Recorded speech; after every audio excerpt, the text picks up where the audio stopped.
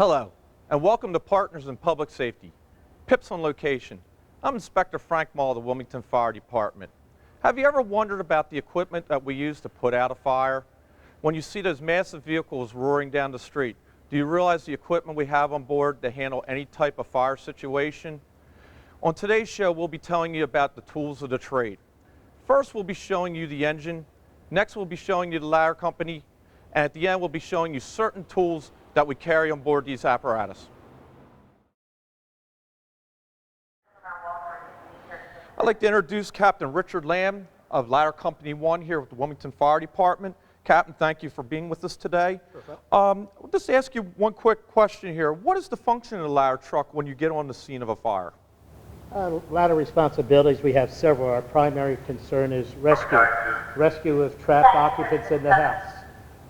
And as we're doing that, it's a operation that's called ventilation. So our outside guys, our driver and our artilleryman, are opening up the windows, and we're opening up the roof. So are these some of the tools that you'd be using to do that with? That's correct, Frank. And I'll start right here. This is our partner saw, and it's got what's called a warthog blade on it. Okay. This is used for ventilation. We'll put a ladder to the roof, hook ladder over the peak, and we'll use this to open up a hole in the roof to get all the hot gases out. Oh, great. Okay. And what about this tool right here, this long tool right here we got? These are all forcible entry tools. These are like tools of the trade. We always carry a flathead axe and a Halligan bar. It's good for forcible entry on the front doors. Okay. The 6-foot hook, it's a New York hook. We use that for opening up the roof after we cut it open. Okay. Now, do you also use this for opening up like walls inside the house and Absolutely. ceilings too? Yeah, after the fire's been knocked down, we do what's called salvage and overhaul, and we're looking for any hot spots in the house. Okay, great. Now, down here at the very end, what's this piece of equipment we have here? This is a new electric positive pressure fan. Okay. In the fire department, we have gas positive pressure and electric. We're starting to phase out our gas fans, and we brought in a new electric fan. It's smaller, but it's producing more volume of air to get into the house. Great, and that's to force the smoke and the heat out of the home to help you fight the fire better, and also to find victims that may be inside the home. Yeah, we're bringing fresh air in and getting the bad air out. Great. All right. Thank you so much, Captain, for being here today. All right. Thank you, Frank. Welcome to Lieutenant Brandon Gregg of Engine Company Number 1, or Squad Company Number 1, as they call it here on the fire department. Lieutenant, could you just tell the audience what your functions at the fire scenes are when you get on scene? Our first function primarily is to establish a water supply and find the fire and extinguish the fire, Frank. Correct. Okay, so you're going inside with a hose line, which we have here on the ground here, correct? That's the size of the hose that we normally go in? That's correct. We use a couple different standard loads, but one is a 200-foot section of pre-connected 2-inch hose, and with a nozzle very similar to the one that's laying on that stack right there. Great. Now down here at the very end, we have an air pack, correct? Could you explain to the audience what we use this for? That's an SCBA, or self-contained breathing apparatus.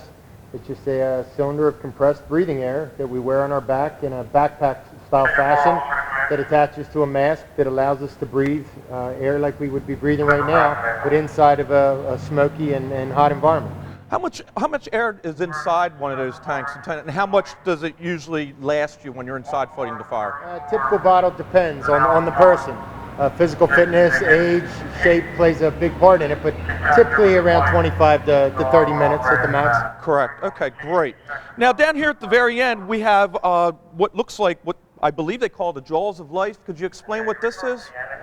The jaws of life is a pretty generic term covering tools that have hydraulic rescue tools that have come across years ago, and what this function of this specific tool is, it's a prying tool. Okay. We carry several different tools for vehicle rescue on our truck. We have prying tools, we have cutting tools, we have pushing tools. So this is just a variation of what would be known as the jaws of life. Okay, so we use this basically at most of the time at a car accident, correct? A vehicle accident where somebody may be trapped inside the vehicle or needs assistance getting out. Yes. Could you use it for any other operations? We could use this for any type of situation that would require somebody to be removed from a tight spot. If we can get this tool in there and we can use it safely, Like a garage door, if it fell on top of somebody, you could use it to... Vehicle on top of someone, a garage Right. door on top of someone, any number of situations. Okay. Thank you so much, Lieutenant, for having me here today. You're welcome, Frank. Anytime. When a resident of the city of Wilmington calls 911 for an emergency, the dispatcher will ask what the problem is. Once the 911 dispatcher finds out that there's a structure fire, he or she will then tune out 3 of the 6 fire stations here in the city. Once the fire trucks are responding, once they get on scene, the first engine will stop at the first fire hydrant. A firefighter will get off, take off a hose off the back of the truck, wrap it around the hydrant, and proceed to tell the driver to go. Once the fire truck goes down the street and stops in front of the residence or the structure, the officer will then proceed to tell the fire board what they have on scene. This means they could be telling that there is fire, smoke, or nothing showing at the residence or the structure.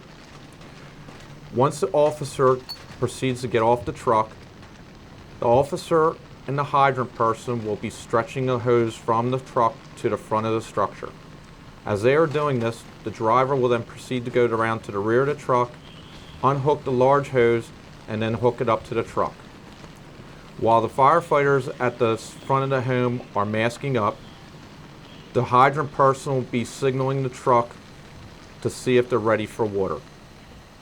Once the driver is ready and hooked up, he will tell the hydrant person to charge the hose. Meanwhile, once the officer and the nozzle person are ready to enter the home, the officer will then tell the driver to charge the hose. As the hose is being charged, they will proceed to go into the home and start fighting the fire. The first due ladder company will proceed to the front of the structure. The officer and following person will then get off the truck, proceed to the front of the structure, mask up, and then go inside and start searching for people who may be trapped inside.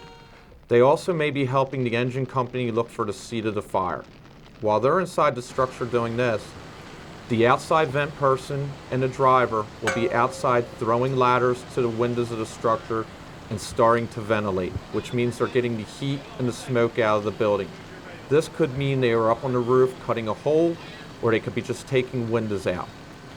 Once the officer tells them to do so, they may be getting off a positive pressure fan, bringing it to the front of the residence, starting it to blow the smoke and the heat out of the building, enabling the firefighters inside to better fight the fire and look for the seat of the fire. Once on scene, the second due engine will be instructed by the incident commander to take off a second hand line and go inside and back up the first due engine. This means they may be inside mopping up any fire that was left behind by the first due engine as they push forward. Once the officer inside feels that the fire is under control, he or she will radio outside to the incident commander, letting know the fire is under control. That is when the incident commander will place the situation under control, and the companies will then go ahead and start mopping up the scene.